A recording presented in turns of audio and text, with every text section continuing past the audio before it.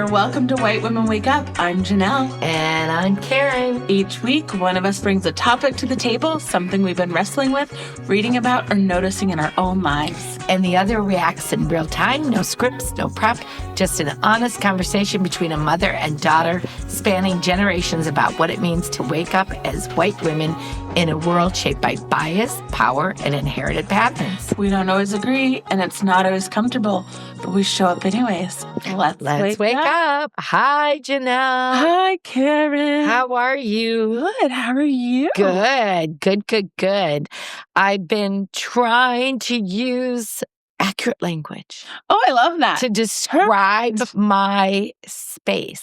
I inspired you. You inspired me. No, I just, I think, I don't know if it's like laziness. I don't know if it's like, I think it's just as something, you can call it laziness, but I think it's more, again, what privilege allows us. Yeah. I think this is the thing as we see, privilege allows white people to cut corners in different ways and to not always have to be as accurate as we have, unfortunately, we have power over how we determine words can be used and can mean. And I think I was going to say, like, the idea of, the word laziness, again, here's the wrong word, right? But I think in some cases, I think you're right. I think you're right. This space, because, growing up as this kind of a nondescript white woman in a weird kind of way, I have been able to kind of run under the radar and not realizing that my words actually can hurt. They have impact. And they have impact, especially, for people that, like I might not realize that may be overhearing me or experiencing what I'm talking about. So I've just been thinking about it a lot lately. And we say all the time to each other, like, it's the phrase, like, you may be well-intentioned, but that doesn't mean your impact isn't harmful. Yeah. I think such a great, because I think so often there was this kind of sentiment of like, well, I intended well, like I was well-meaning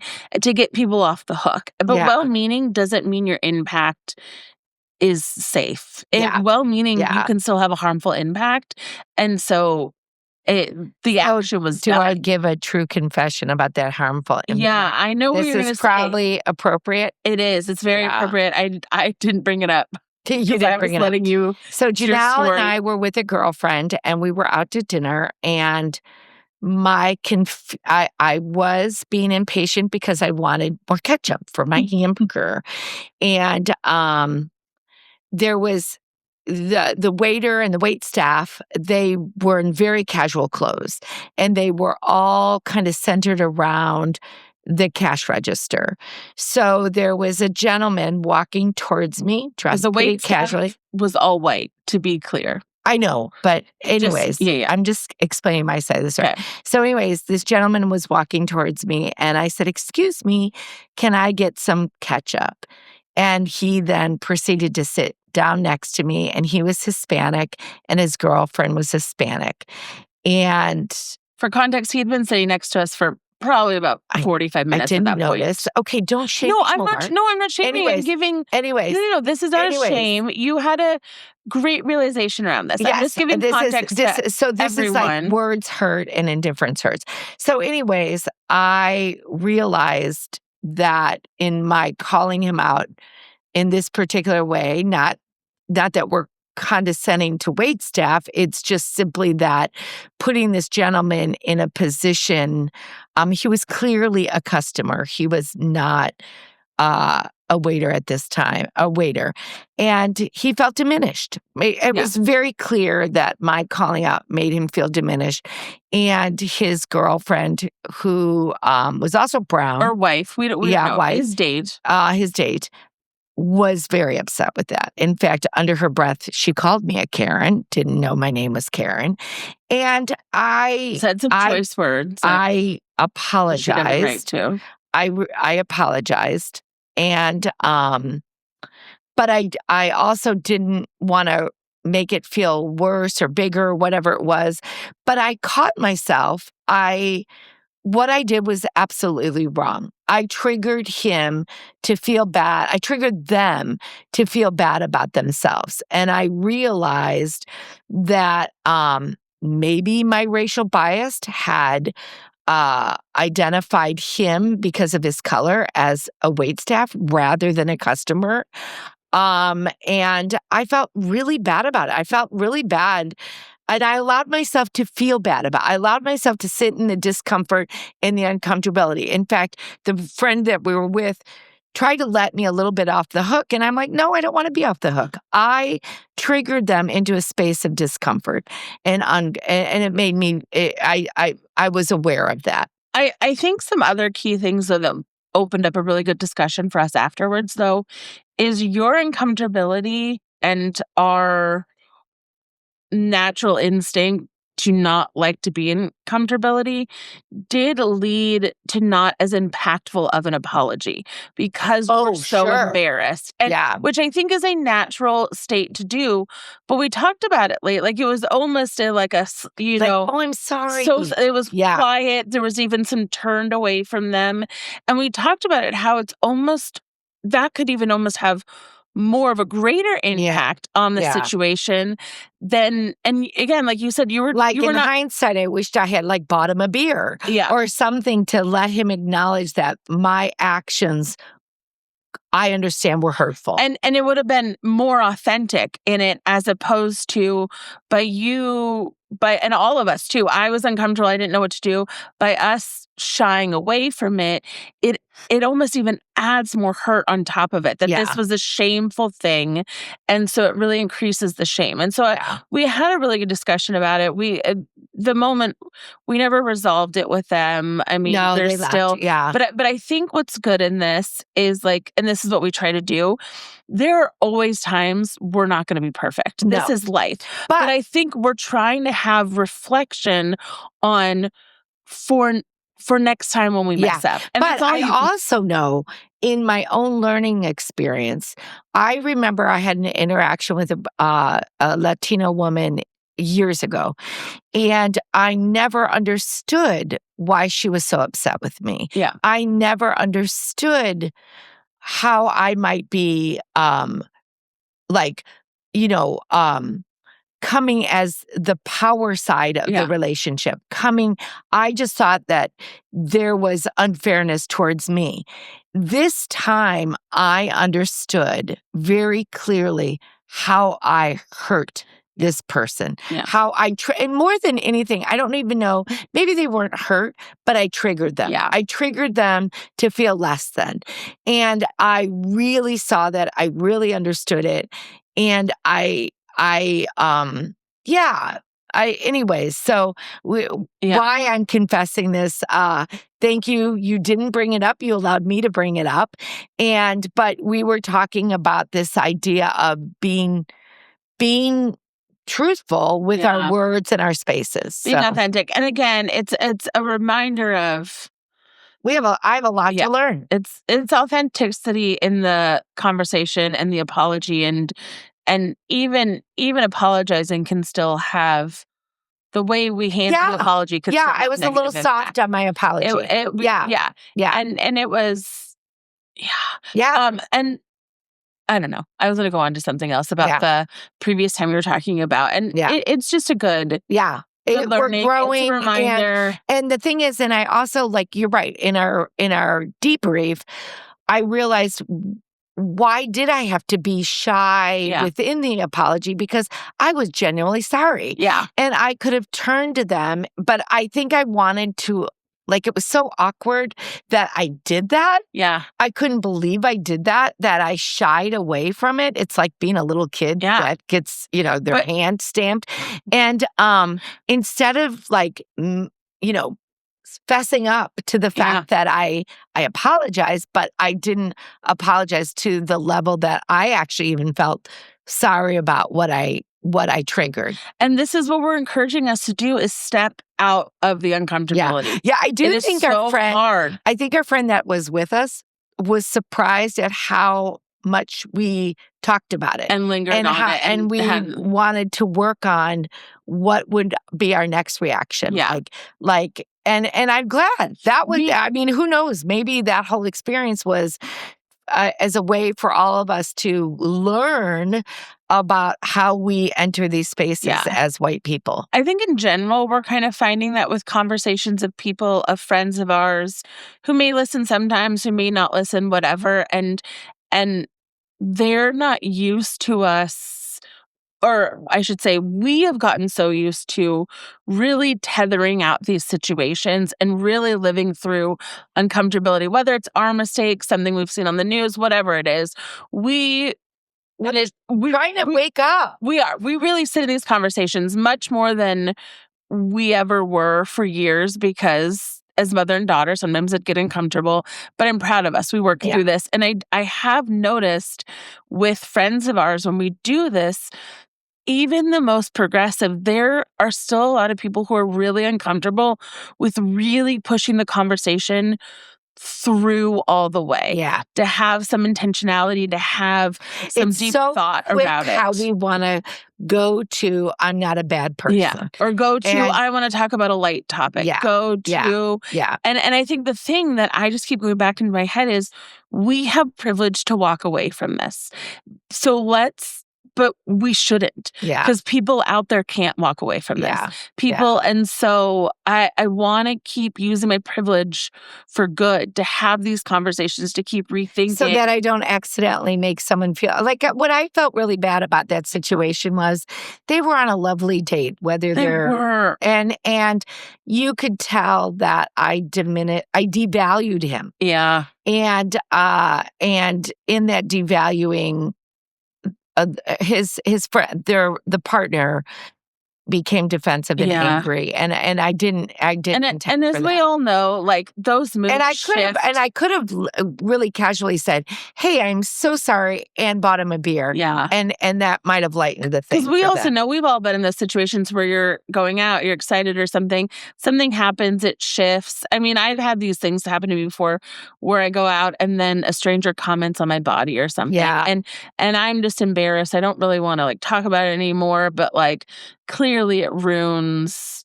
wherever I'm going in life. Yeah. And so I think we can all relate in some way or another to, but I mean, okay, that's good learning. Sorry. I'm clapping, great which is probably not great for the mic. I have a good topic. Okay, great. Now, it was inspired by a listener encouraged us to watch a documentary. Oh, okay. And I watched the documentary, and I tried to analyze, and I could be projecting, why this person wanted us to watch the documentary. Are you going to tell everyone the name of the documentary? So the documentary is called Natchez, Mississippi. And the documentary is essentially about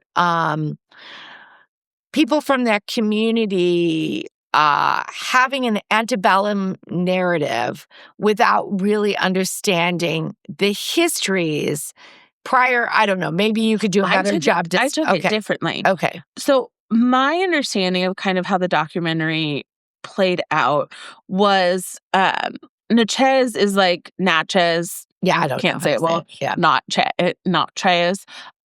Mississippi it was once, I think, one of the wealthiest per capita cities in the U.S. due to the slave trade. And so there's a lot of beautiful mansions. There's a lot of beautiful plantations. And my understanding is historically, there was also it was a massive part of the slave trade where millions of slaves moved through. So they have a lot of historical significance, I would say, around the slave trade. And so historically, there's been a lot of tourism that has been built on this antebellum plantation lifestyle. At the same time, they also were part of the Reconstruction era. And so after slavery, they had the first Black mayor of the U.S. They had Black men go into Congress. And so they kind of started toting themselves as this more progressive town. And so my understanding is the documentary was kind of showing the two distinctions of they still really celebrate the antebellum history, yet they have a gay mayor.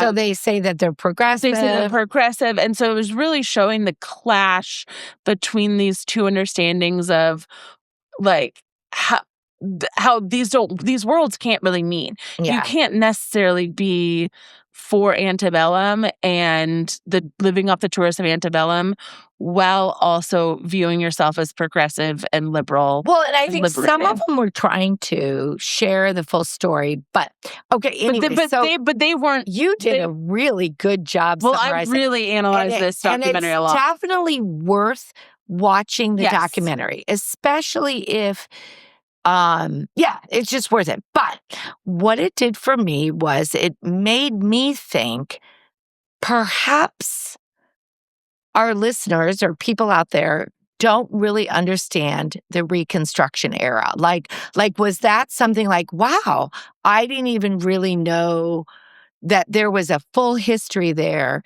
in the Reconstruction era. Yeah. So our episode is about Reconstruction. We only have about 15 minutes. I know. We've gone over the last two. But I'm going to give you a little 15-minute history on the Reconstruction era. I love it. But I think, okay. Wait, can I go back? Yeah. Yeah. I do agree with you. I think most people, because I didn't learn about Reconstruction in school. I learned about it from you. Yeah. And so I do think most people think we went basically from slavery to civil rights. Like there was not this between. In my little research dive, which I love to do. Okay, so the Civil War ended around April 1865. Yeah. The result of the Civil War, approximately, because you'll notice that these dates of these amendments happened within 5 years, and Lincoln didn't last that whole time.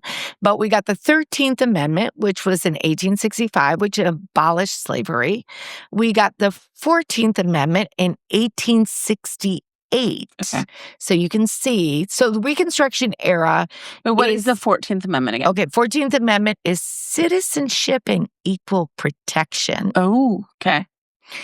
And the 15th Amendment in 1870. These dates matter because the Reconstruction era only lasted about 12 years. Really quickly, so back to everyone. Said 13th Amendment, 1865, abolished slavery. Okay, abolished slavery. I'm like, I knew it, but just making sure. 14th Amendment, 1868, citizenship and equal protection. Okay. 15th Amendment, 1870, right to vote regardless of race. Okay. But still men. Yeah, still men. Okay. Okay. So the Reconstruction era is, according to what researches I've done, is approximately 1866. So if the Civil War ended in April 1865, Reconstruction era begins right around that time. And it lasts till, 12 years, 1865, 1877. Yeah. Okay. So what is known, and I, as a researcher, I always like to look at context. So we call it the Reconstruction era, but did they? Yeah. And they actually did. Okay. During that period of time, they called that era the Reconstruction era. Makes sense. They're trying to rebuild the country. To rebuild the country, right? But it gets tricky because we have different presidents that happen to land during that period. So right after the war, there was I think the numbers were approximately 4 million Black people lived in the South. I don't remember how many I would think predominantly they were slaved Black persons, and around 500,000 freed Black people that lived in the North. Wow, I didn't realize it was big difference. Big of a difference. At the height of the Civil War, there were actually, I think the numbers are 3 of the states had majority Black people, and I can give you those statistics as we move on. So we're looking at, Blacks as majority. So you've got differing points of view going on. The North felt that they, again, this is very generalized, so I apologize for my great historians, but predominantly the North, right around at the time of Civil War, felt like we needed to help the Black people who helped win the war. Yeah. Okay, so a lot of Black men fought in the Civil War to help abolish slavery.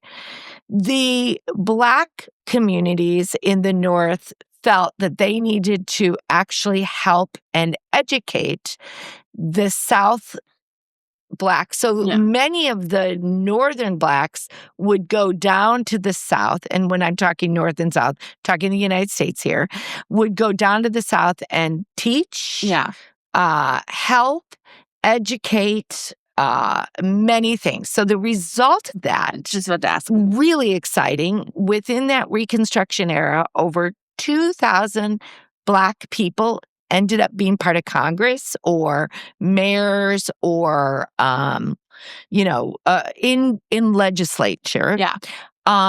Over 400 to 500 towns became predominantly Black towns. I want to say the numbers that were educated were like around. So one fun statistic is that actually the Black persons coming from the North to educate the Blacks in the South, they started the first public school system for the South. Wow. That people in the South that utilize the public school system today have benefited from the Black educators, because most white people at that time were privately educated. So they didn't have a public school system. I think stepping back to like really connect all the things that you're putting out there too is just the magnitude of this shift. Yeah. Like if we think about today, and I'm even curious, you probably don't have these, I'm sorry, but like the proportion of Black or people of color in Congress today versus I kind of tried to look that up. Like the thing is also within just a couple years time from enslaved to this magnitude. Well, here's the data of the shift. Here's the data, because then, as we know, that didn't stay around. So pre-Civil War, the Black wealth was 60 to 1. I'm trying to see how to. So in other words, Blacks were so poor, it was like 60, it took 60 Black people to have the wealth of one person. That would make sense. One white person. During Reconstruction, it was 10 to 1. That's the success of Reconstruction. And that quickly, I think what I'm trying to frame is that's only like a 15-year period. Yeah. I mean, that is... No, that's probably only like a 1 or 2. Or because 1 year, what we find out is... Then I'm going to go to the negative but here. My point is that I'm trying to like really hit home is that we as a country have had and have the capabilities to turn around oppression that fast. That is definitely the case. But then, unfortunately, it doesn't last. No, clearly. And so one of the reasons you and I don't know about the Reconstruction era, and this is the part that you're going to be like, oh my gosh, I didn't know. So I didn't know this until I started diving in. In 1930, the Dunning School at Columbia University trained a generation of historians who wrote the dominant textbook narrative on Reconstruction that it was a tragic era, that Black governance was corrupt and incompetent, and that the KKK restored the order. That Dunning School narrative actually trained, that became the textbook narrative until the mid-70s. Well, so my high school was still being trained on that. Okay. Now, granted, I would say probably some of my high school teachers cared about the Civil Rights Act, so maybe they couched it a little bit different. Probably not. They probably didn't. But this textbook had been around for that period If of that's time. the common historical narrative, I guarantee even the best of a high school history teacher in the 70s didn't know. Yeah. So my high school, I remember we studied the Civil War, and very true to what my research said, even though the Civil War abolished slavery, it was about the differing opinions of the South and the North, and the goal was to keep the Union combined. Yeah. And that's definitely part of it. Yeah. But it's not all of it, right? And so then we never talked about the Reconstructive era. We talked a little bit about Jim Crow, but we went mainly into the civil rights and so forth. So, but it doesn't get better. So this was what is scary. So I was in high school in the 70s, right? 70s, 80s. So I asked, I went and did research. What would a boomer, no, you're a millennial. Boomer. I'm a boomer. What PhD. millennial? They say only 8% of millennial high school students, your age, could identify slavery as the central cause of the Civil War. That it wasn't until the 90s and into the 2000s really, and actually even later, that we really started understanding, not until the 2000s. Well, I that was in school in 2000s. Yeah. Seniors surveyed in 2018. Oh, no, not 2018. That. Okay. Yeah. So, but the text. So yeah. So what do you remember about the Reconstruction era? Nothing. This is what I said. Nothing.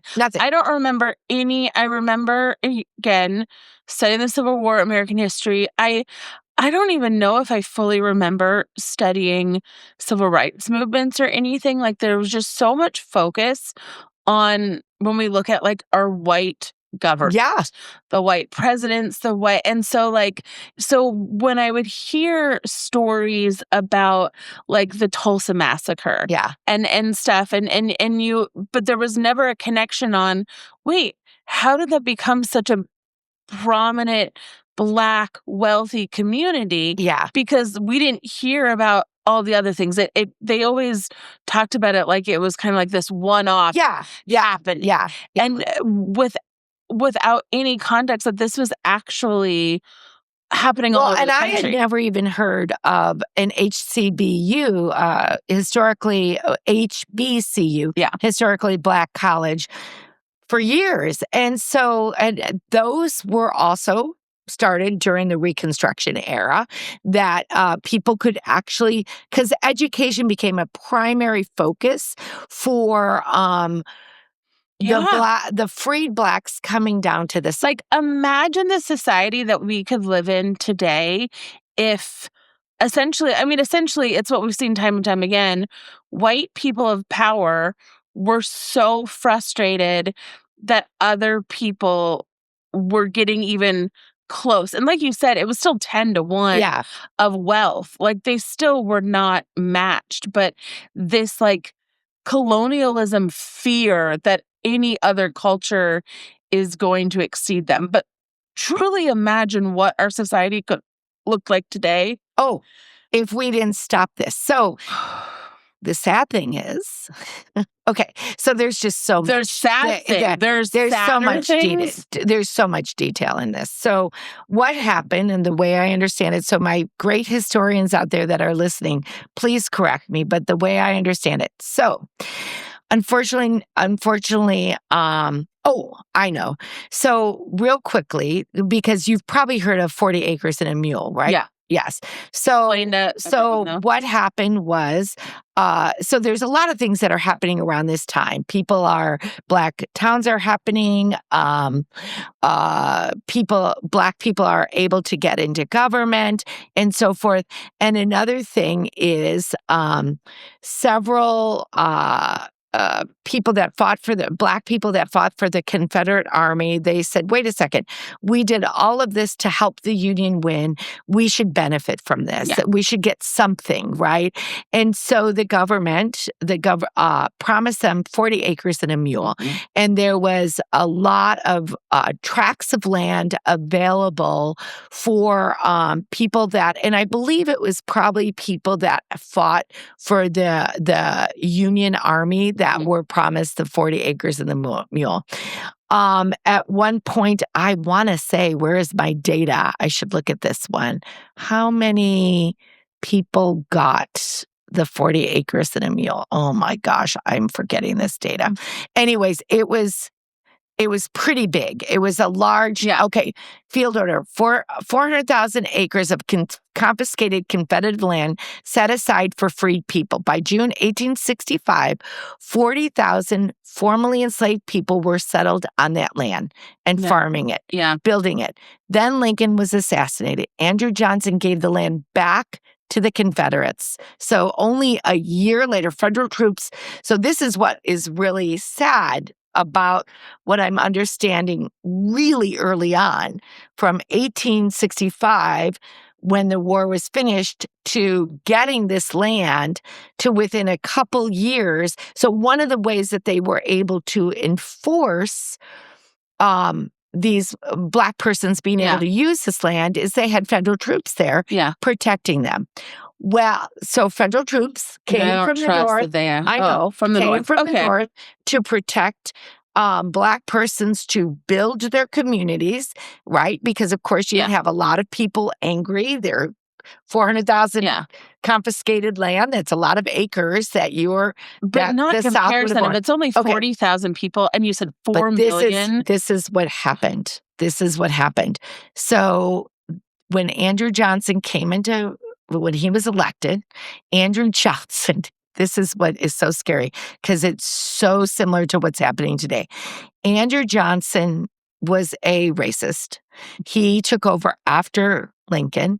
He immediately pardons, I want to say, oh my God, maybe it's like 7,000. It's a lot of people. He immediately pardons all of the generals and the major persons that were part of the Confederate Army, so that they are they're off the hook, basically. But then what was interesting, which feels like should be treasonous because they're literally fighting against our country. So Andrew Johnson, what he does, so think, again, this is a terrible history lesson, but think about it. So you've got this land, you've got these towns, you've got the support. They're taking it away. You've got the support of the North, saying we're gonna put some troops there to protect you so that you can begin to grow. Couple things begin to happen with the government. Lincoln dies, Johnson comes in. You explain that. Also, the North, the white North people stop. Like at first they were into it and then they became indifferent, right? They went on and did their own life. Indifference, the crushing weight of indifference. So the North that might have been for anti-slavery, they kind of just, so everything's fine now, right? So anyways, but Johnson, so what Johnson does, this is what's really scary. After taking office in 1865, Johnson issues sweeping pardons to the Confederate leaders and wealthy planters. He pardons over 7,000 people, including Confederate generals, including the Jefferson Davis. He also reverses Sherman's land order, which is the 40 acres and a mule. So what Congress did, this is actually interesting, is Congress, which we're not seeing our Congress do this now, they passed a law specifically stopping Johnson from firing cabinet members who supported Reconstruction. They didn't stop him from pardoning, but the cabinet members that were in the government at the time that said, wait, we need the troops there. We need Reconstruction. At least Congress tampered Johnson. But clearly, it didn't work. It didn't and matter. They didn't impeach him. But the thing is, they did try, but it didn't do anything. I think what I'm hearing, because we probably got to wrap it up, unless you had a couple. Well, there's more. Well, So of course there's more. Okay. But so what resulted, which was the pre-Jim Crow era, is immediately within 1865 to 1866, we passed Black codes. And the Black codes, within months of emancipation, required Black people to sign annual labor contracts or be arrested. Designated unemployed, think about how many unemployed Black people there were considered vagrants who could be arrested and hired out. Now, if you look at the 13th Amendment, the 13th Amendment said you were free unless you were arrested. And if you were arrested, you could be free labor. And this is how that our prison motivated system. the arrest. Many other things happened, sharecropping. But here's another kicker. And this is something that us white women need to know. Us white women, or not us, but white women of the Ku Klux Klan, there were many white women in the Ku Klux Klan, and many of these were nice Christian women. So we talked about the Dunning School that did that narrative on that. The United States Daughter of the Confederacy, founded in 1894, was the women of the Ku Klux Klan. They successfully lobbied to get pro-Confederate, anti-Reconstruction textbooks adopted in Southern public schools. They ran essay contests for children titled The Origin of the Ku Klux Klan, and Mississippi used their textbooks all the way until 1980. So we white women have a role in this, and we have a role to reverse this and to make those changes. So real quickly, learn about the Reconstruction era. It's it was a success story for those towns. Also, and then we diminished it as white people. But I think it'll also continue to help people understand the layers of oppression that people of color talk about. Because it starts with slavery, but then there's just more and more that is piled on, that is continued. To your point about the 13th Amendment, that is... First of all, that's a great documentary for people to understand how basically our prison system is meant. It's built on modern day. It's another way of slavery. A modern slavery that disproportionately affects men of color. And so I think all of these things we talk about, it's historically to just educate yourself and learn these layers and what's happened and where this comes from. I think the other thing that I really liked that you talked about was how the North started to become indifferent. And it's so easy, again, for us to see, especially where we're at right now, when the news cycle is switching to every different thing. You know, we're bombing this. We have the Epstein files. We have detention centers. And so it turns our attention, and then also ultimately makes us indifferent because we don't even know. It's so overwhelming. You don't know where to focus. And so I just and a result during the Reconstruction era, I think like 2,000 lynchings happened at that time. It was also a period where churches saw lynchings as like a community event. Postcards of these lynchings were produced. The other thing is, within the framework, I know you talked about the Tulsa massacre. There is, I think, over 6 or 7 different massacres that range from 50 to 150 Black people dying within their communities, all because of white anxiety, all because white people. This is after emancipation. We're not even talking about during slavery, what happened to people during slavery. We're talking about that very short 12-year period, or at least the period from the 1860s to the 1900s, what happened in when Black people tried to reconstruct this space. And well-meaning white people tried to help, but it didn't go. It is disgusting. The actions that were done, but then also that this has not been in our history books for people to understand. Wait, one more thing. Actually, we are at a point, this is actually another part of I've got so many things in here, shoot. No, we're way over. We are banning of the books and are about, neither slavery nor invalid, except as putting, no, we are actually reducing historians are calling the current rollback the largest dismantling of civil rights progress since Reconstruction. 591 books by Black authors banned from Pentagon schools, 6,700 federal data sets deleted, included racial equity data. Arlington National Cemetery's Reconstruction history pages have been removed, $3.4 billion in HBCU grants frozen. So they're actually talking about this as much damage that we did during the Reconstruction era for the building of Black communities that we are in right now. Wow. Yeah. Okay. Sorry. Thanks so much for joining us today on White Women Wake Up. We hope today's conversation sparks something in you, whether it's a reflection, a new question, or a deeper commitment to showing up with empathy and accountability. If you found this episode meaningful, please subscribe, leave a review, and please share it with someone who needs to hear it.